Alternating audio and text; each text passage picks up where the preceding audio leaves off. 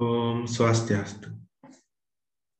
Sebelumnya, izinkan saya untuk memperkenalkan diri. Saya Komang Rias Rawan, mahasiswa program studi Magister Akuntansi Pasca Sarjana Universitas Pendidikan Ganesha. NIM saya 229 14 10 13. Pada kesempatan ini, saya akan memaparkan cara pengolahan data menggunakan software EPIUS 10. Pada tahapan awalnya, kita buka aplikasi EPIUS terlebih dahulu, sehingga tampilannya menjadi sebagai berikut. Pada bagian ini kita close, kemudian dilanjutkan dengan memasukkan data melalui menu File, Import, kemudian Import File. Kita tinggal pilih datanya, tempat folder data disimpan. Setelah ditemukan, klik dan pilih Open. Pada tahapan ini ada 4 tahapan yang akan kita lalui. Tahapan 1-3 kita tinggal pilih next saja, kemudian pada sedikit pengaturan pada tahapan keempat. Pada tahapan pertama, bagian ini kita next, kemudian bagian ini juga kita next, bagian ini kita next. Nah, kemudian pengaturan ada pada bagian yang terakhir ini. Pada bagian basic struktur, kita ubah menjadi date panel. Dan cross section ID series kita tuliskan perusahaan. Lebih khususnya bahwa penelitian ini dilakukan pada perusahaan pertambangan. Kemudian date series kita pilih tahunnya. Dan selanjutnya ini akan berubah menjadi annual. Kita klik finish. Jika ada pertanyaan silahkan pilih no. Berikut adalah tampilannya ya. Berikut adalah tampilan data yang dibaca oleh aplikasi EPIUS. Ada perusahaan, tahun, X1-3, dan Y. Kemudian untuk keperluan analisis regresi, kita pilih quick, ya, pilih estimation equation. Kemudian tuliskan variable Y, X1, X2, spasi X3. Ini bukan koma tapi spasi ya, kita Y spasi X1, spasi X2, dan spasi X3. Kita tinggal klik OK. Jika sudah tampilan seperti ini, kita klik OK. Inilah tampilan awal. Ini merupakan common effect ya, model yang pertama. Seperti yang kita ketahui di sini bahwa datanya itu ada 2015 sampai 2019, itu 5 tahun. Kemudian dari 30 perusahaan sehingga diperoleh sampelnya 150. Kemudian dilanjutkan dengan uji asumsi klasik. Uji asumsi klasik terdiri dari 4 jenis uji. Yang pertama, uji normalitas, uji heterogeneisitas, autokorelasi, dan multikolinearitas. Untuk uji asumsi klasik yang pertama, kita klik menu view, kemudian residual diagnostik, pilih histogram normality test. Ini saya perbesar terlebih dahulu bahwa syarat dari uji normalitas ini adalah nilai Charcuet-Vera probability nilainya harus di atas 0,25 untuk lolos. Apabila berada di bawah 0,25, maka ada masalah pada normalitas data. Apabila berada di atas 0,25, maka tidak ada masalah pada normalitas data. Itu lolos uji normalitas. Dalam penelitian ini memiliki nilai probability 0,26. Jadi sangat jauh di atas 0,05 sehingga dalam penelitian ini sudah lolos uji normalitas. Kemudian saya perkecil terlebih dahulu gambarnya. Setelah itu dilanjutkan dengan uji heterogeneisitas. Caranya sama, namun ada perbedaan pada pilihan terakhir, yaitu view, residual diagnostik, kita pilih heterogeneity test.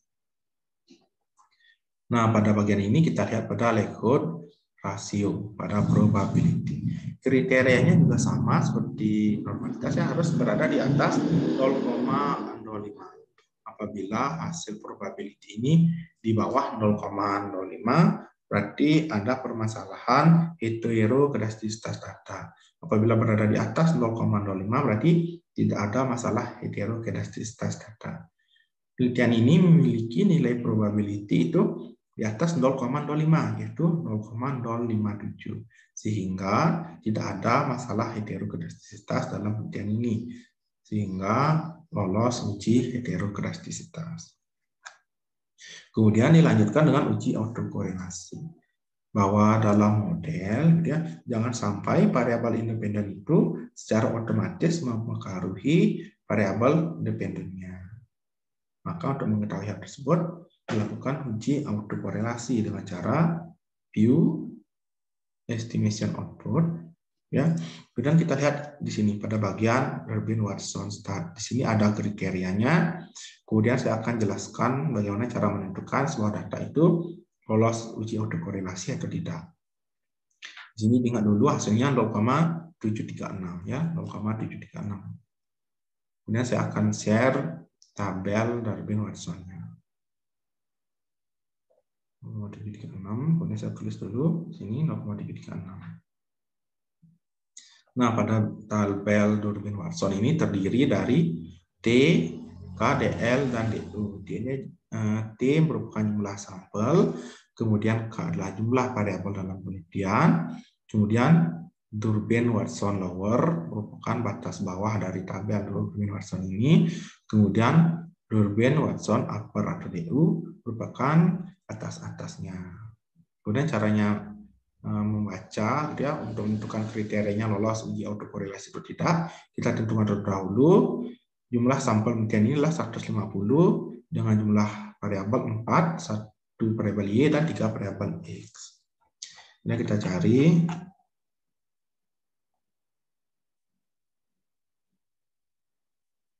pada bagian ini.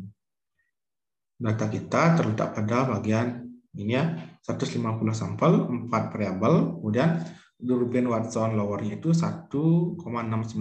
Kita tuliskan di sini. Durbin-Watson upper terdiri dari 1,774. Kita tuliskan di sini. Nah, di sini pada bagian ini kita akan menentukan bagaimana apakah lolos uji autokorelasi atau tidak. Di sini ada dol, batas bawahnya, kemudian batas atasnya. Dan 4 dikurang DU, 4 kurang DL, dan 4. Data yang lolos autokorelasi adalah data yang terletak di antara di atas ini DU 1,74 dan di bawah 4 kurang DU 2,26. Kemudian bagaimana cara memperoleh data ini? 4 dikurang DU, 4 dikurang 1,774 sehingga memperoleh data hasil 2,26 ya. 2,226. Kemudian untuk 4 kurang DL, 4 dikurang DL 1,692 sehingga diperoleh 2,328. Jadi data yang berada di atas 1,774 dan di bawah 2,26 dinyatakan lulus uji autokorelasi. Namun hasil penelitian menunjukkan Durbin-Watson-nya itu sebesar 0,736. Berarti masih di bawah ini ya, masih terletak di sini. Sehingga belum lolos uji autokorelasi. Kemudian dilanjutkan dengan uji multikolinearitas. Bahwa uji multikolinearitas untuk mengetahui apakah variabel independen itu memiliki korelasi yang kuat. Bahwa dalam sebuah model penelitian jangan sampai antara variabel independen itu memiliki korelasi yang kuat. Dan bagaimana caranya? Untuk uji multikolinearitas. Itu dengan cara cek kita ya, kita klik X1 sampai Y, klik kanan ya, kemudian open, pilih S group.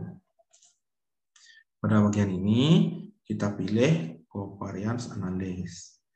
Ganti covariance-nya menjadi correlation. Kemudian kita klik OK. Kemudian bagaimana cara menentukan? Cara menentukannya adalah dengan kriteria 0,8. Hasil korelasi 0,8 dan di atasnya bahwa terjadi masalah ya, terjadi masalah multikolinearitas. Terjadi masalah multikolinearitas. Apabila berada di bawah 0,08 maka tidak terjadi masalah multikolinearitas. Namun seperti yang kita ketahui bahwa hubungan X1 ke X1 itu merupakan hubungan dengan diri sendiri. Hubungan dengan diri sendiri itu pasti sama kan, pasti 100%. namun kita tidak mengetes hubungan antara diri sendiri ini. S1 dengan S1, S2 dengan S2, S3 dengan S3, karena hasilnya sudah pasti 1, yaitu 100%. Namun kita akan cek hubungan X1 dengan X2, kemudian X1 dengan X3, dan seterusnya. Dapat kita ketahui bahwa nilainya itu tidak ada di atas 0,8. Nilai tertinggi itu ini 2,9 nilai tertinggi ya. Jadi dapat dikatakan dalam penelitian ini tidak ada memiliki nilai 0,8 dan di atasnya, sehingga lolos uji multikolinearitas. Kemudian uji asumsi klasik telah kita lalui bahwa dalam penelitian ini ada masalah pada uji autokorelasi saja. Kemudian dilanjutkan dengan pemilihan model terbaik. Kita harus memilih model mana yang terbaik digunakan dalam penelitian ini. Model mana yang terbaik yang digunakan untuk menjawab hipotesis penelitian. Bahwa ada 3 jenis model, yaitu common effect model. Ini merupakan common effect model yang telah kita olah tadi bersama. Kemudian ada fixed effect model dan random effect model. Kemudian kita akan mengetes model mana yang terbaik, yaitu melalui metode pemilihan model terbaik menggunakan Choate test dan Hausman test. Sebelumnya kita ubah dulu estimate-nya menjadi fixed effect. Kita klik OK. Nah, untuk pemilihan model yang terbaik itu ada Choate test. Choate test itu merupakan pembandingan antara common effect yang sebelumnya pertama dengan fixed effect. Caranya kita dengan klik view. Pilih fixed random effect testing. Pilih pada bagian atasnya ya, pada bagian redutan fixed effect likelihood ratio. Bisa kita lihat pada cross section chi-square. Ini batasannya 0,25. Apabila nilai probabilitas ini di bawah 0,25, berarti fixed effect lebih baik daripada common effect. Ini hasilnya di bawah 0,25, yaitu 0,0000. Sehingga berdasarkan hasil Choate test diketahui bahwa fixed effect lebih baik daripada common effect. Kemudian dilanjutkan dengan uji Hausman test. Itu dengan membandingkan antara fixed effect dan random effect. Ya, mana yang lebih baik antara fixed effect dan random effect. Pada tes Choate test ini sudah diketahui bahwa fixed effect lah yang terbaik. Kemudian dilanjutkan pada Hausman test. Apakah lebih baik fixed effect atau random effect? Caranya pertama kita ubah dulu final option-nya menjadi random effect dulu. Kemudian kita pilih view, fixed effect testing, kita pilih yang paling bawah. Kita pilih cross section randomnya ya, kita lihat pada cross section random. Ini sama juga apabila nilainya itu di bawah ya, di bawah 0,05 itu nilai ini, maka fixed effect lebih baik daripada random effect. Hasil Hausman test menunjukkan bahwa nilai uji ini yaitu di bawah 0,25, yaitu 0,0001. Sehingga berdasarkan uji Hausman dapat diketahui bahwa fixed effect lebih baik daripada random effect. Ya. Kemudian dapat kita ketahui dari 2 jenis tes tadi, yaitu Choate test dan Hausman test, kita peroleh data, ya, kita peroleh kesimpulan bahwa fixed effect lah yang terbaik. Fixed effect telah mengalahkan 2 model lainnya, yaitu common effect dan random effect. Sehingga kita akan memilih fixed effect yang kita gunakan untuk menjawab hipotesis penelitian. Karena fixed effect yang terbaik, kita kembalikan menjadi fixed effect terlebih dahulu.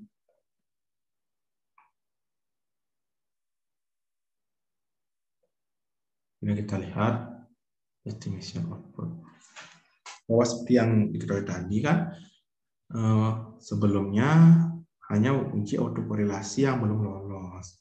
Namun sekarang ini sudah lolos karena sudah berada di atas 0,774 dan di bawah 2,226. Namun untuk memastikannya, kita akan melakukan uji asumsi klasik dulu ya. Kita menggunakan uji asumsi klasik dengan model PIX-FP.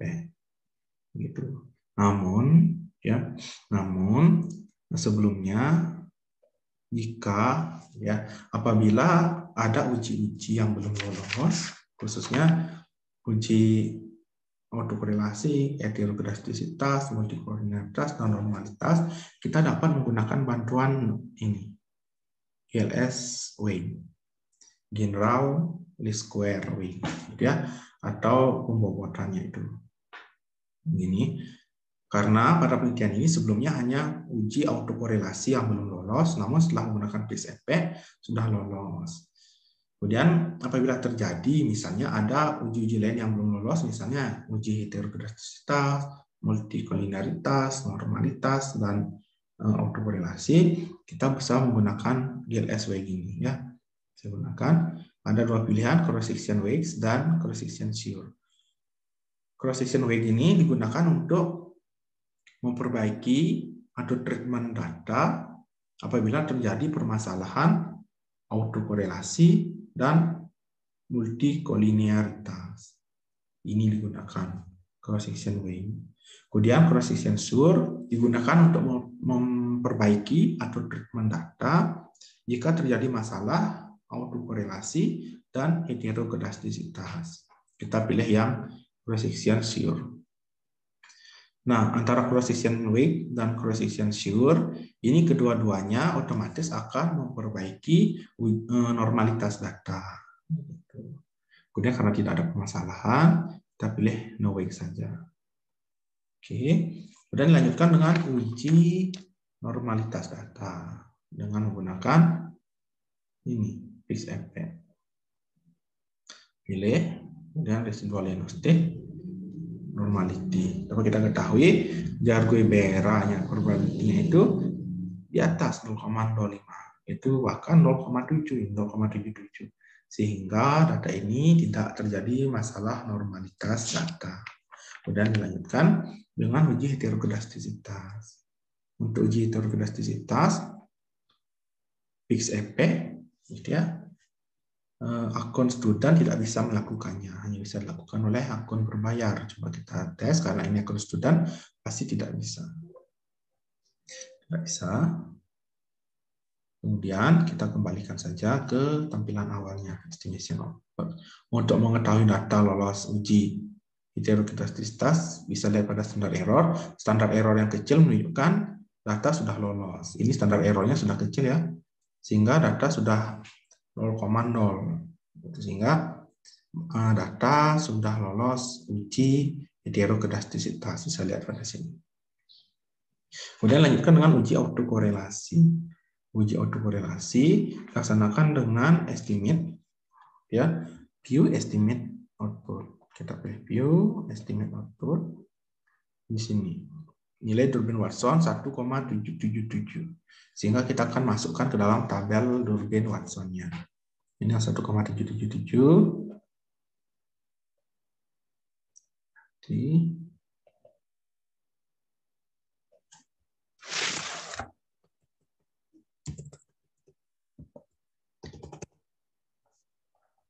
Berdasarkan hasil tes ini menunjukkan bahwa data sudah berada di atas DU dan di bawah 4 dikurang DU. Di atas DU sudah di atas 1,774. Ini 1,777 sudah berada di atas ini dan sudah berada di bawah ini 2,226. Sehingga PIX-FP dalam model penelitian ini sudah lolos uji autokorelasi. Kemudian akan dilanjutkan dengan uji multikolinialitasnya. Ya, uji multikolinialitas kita akan blok terlebih dahulu X1 sampai dengan Y. Open as group. Delete untitled group. Bagian ini yang awal ya, common effect kita hapus saja, pilih yes. Dan dilanjutkan dengan covariance analysis. Seperti tadi, covariance yang hilangkan, ubah dengan correlation. Dapat kita ketahui bahwa nilainya tidak ada yang di atas 0,8. Tidak ada. yang di atas 0,8 di sini ya. Sini tidak ada, kemudian sini dan ini tidak ada, ini ini tidak ada dan ini tidak ada. Sehingga dapat dikatakan bahwa fix efek dalam data ini sudah lolos uji multikolinearitas. Kemudian kita akan lanjutkan setelah diketahui model yang terbaik, gitu ya. Model terbaik sudah diperoleh, uji asumsi kelasnya sudah lolos, gitu. Maka akan lanjutkan dengan pembahasan uji hipotesisnya. Karena tahapan awal itu sudah selesai, setelah kita lanjutkan pada bagian ini. Clear estimate-nya, ini sudah fix kan, fix effect, kemudian view, estimate output. Nah, berdasarkan hal ini, terdapat satu pengaruh yang bersifat signifikan, yaitu pengaruh X1. Kemudian apa saja kriteria agar dapat diketahui gitu ya pengaruh variabel bebas terhadap variabel terikat itu bersifat signifikan. Yang pertama dapat lihat melalui probabilitas. Untuk dapat signifikan, maka nilai probabilitas atau prob harus di bawah 0,05 dan di statistik harus di atas 1,96. Pada pengaruh X1, variabel X1 memiliki probabilitas di bawah 0,05, yaitu 0,034. Dan nilai T statistik di atas 1,96, sehingga berpengaruh signifikan. Kemudian untuk mengetahui arah pengaruh, kita bisa lihat koefisien atau beta pengaruh. Di sini menunjukkan nilai positif 0,053, yang menunjukkan bahwa X1 berpengaruh positif dan signifikan terhadap Y. Apabila X1 meningkat 1 satuan, maka Y akan meningkat 0,053 satuan. Kemudian lanjut pada X2, nilai probabilitasnya di atas 0,05 dan T statistik di bawah 1,96, sehingga berpengaruh tidak signifikan. Kemudian arah pengaruhnya yaitu koefisien atau disebut dengan beta pengaruh yaitu negatif 0,07. Sehingga X2 berpengaruh negatif dan tidak signifikan terhadap Y. Apabila X2 meningkat 1 satuan, maka Y akan menurun 0,007 satuan. Dan begitu juga sebaliknya, apabila X2 menurun 1 satuan, maka Y akan meningkat 0,007 satuan. Kemudian lanjutkan pada X3. Probabilitas di atas 0,05 dan T statistik di bawah 1,96. Berarti X3 berpengaruh tidak signifikan terhadap Y. Kemudian arah pengaruhnya itu atau beta pengaruh positif 0,009. Sehingga X3 berpengaruh positif dan tidak signifikan terhadap Y. Apabila X meningkat X3 meningkat 1 satuan, maka Y akan meningkat 0,009 satuan. Begitupun sebaliknya. Begitulah hasil interpretasi dari hasil analisis data ini yang menunjukkan hanya terdapat satu variabel yang berpengaruh positif terhadap Y, yaitu berpengaruh positif dan signifikan khususnya, yaitu X1. X1 berpengaruh positif dan signifikan terhadap Y. Kemudian X3 berpengaruh positif namun tidak signifikan terhadap Y. Kemudian X2 berpengaruh negatif dan tidak signifikan terhadap Y. Sekian penjelasan dari saya. Saya mohon maaf apabila ada kesalahan, karena itu murni merupakan ketidaksengajaan. Akhir kata, saya ucapkan terima kasih. Saya tutup dengan Parama Santi. Om Santi Santi.